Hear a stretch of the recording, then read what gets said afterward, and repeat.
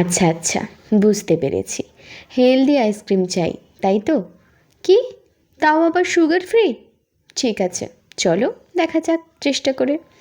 প্রথমে খেজুরগুলোকে আর কিশমিশগুলোকে, খেজুর নিয়েছি আর দেখো তলার দিকে কিশমিশ রয়েছে, বেশ অনেকটা খেজুর এবং অনেকটা কিশমিশ নিয়ে খেজুরের দানা ছাড়িয়ে তারপরে কাঠবাদাম নিয়েছি কাজু বাদাম আর নিয়েছি আখরোট।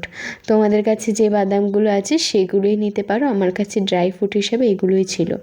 আর আমি অনেকগুলোই কিন্তু কিশমিশ নিয়েছি আর খেজুর নিয়েছি, খেজুরের দানাগুলো ছাড়িয়ে নিয়েছি। এটা পরিমাণটা বুঝে দিলেই হবে। তারপর গরুর দুধ, জাল করে রাখা গরুর দুধ ছিল, সেটা আমি দিয়ে ভিজিয়ে রেখেছিলাম ওটাকে 1 ঘন্টা মতন। 1 ঘন্টা হয়ে যাওয়ার পর আমি মিক্সিতে নিয়ে নিচ্ছি। গরুর দুধটা একটু পাতলা, জানো তো, মানে আমাদের এখানকার গরুর দুধগুলো একটু পাতলাই হয়।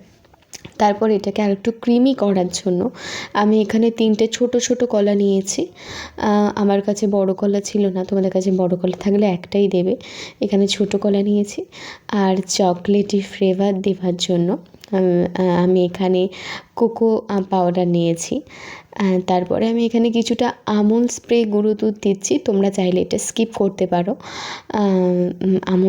আমুল স্প্রে গুঁড়ো দুধ দিলে এমন কিছু ক্ষতি হবে না। ওটাকে আমি পেস্ট করে নিয়েছি, দেখতেই পাচ্ছ। আর কিন্তু কোনো কাজ নেই। তারপরে একটা খেজুরের ডিপে নিয়েছি, সেখানে আমি এই তোমাদের হেলদি ক্রিমি আইসক্রিমকে দিয়ে দিলাম। দেখো তো কতটা ক্রিমি লাগছে, এখনই এই অবস্থাতে খুব ক্রিমি লাগছে। তারপরে এটাকে আমি বন্ধ করে ফ্রিজে রেখে দেবো। গোটা রাত আমি এটা ফ্রিজে রাখবো, তারপর তোমাদের দেখাবো এই আইসক্রিমটা কেমন হয়েছে। দেখো আইসক্রিমটা অনেকটা ক্রিমি হয়েছে। এর উপর দিয়ে আমি চকলেট সিরাপ ছড়িয়ে দিলাম, আমার ছেলের ভালো লাগবে এই ভেবে। তোমরা চাইলে নাও দিতে পারো।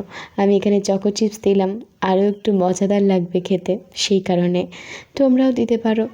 আর রেসিপিটা কেমন লাগলো অবশ্যই তোমরা বাড়িতে ট্রাই করো, বাড়ির বাচ্চাদের খাওয়াও, আর যাদের সুগার আছে তাদেরও খাওয়াও, খুব ভালো লাগবে আশা করি।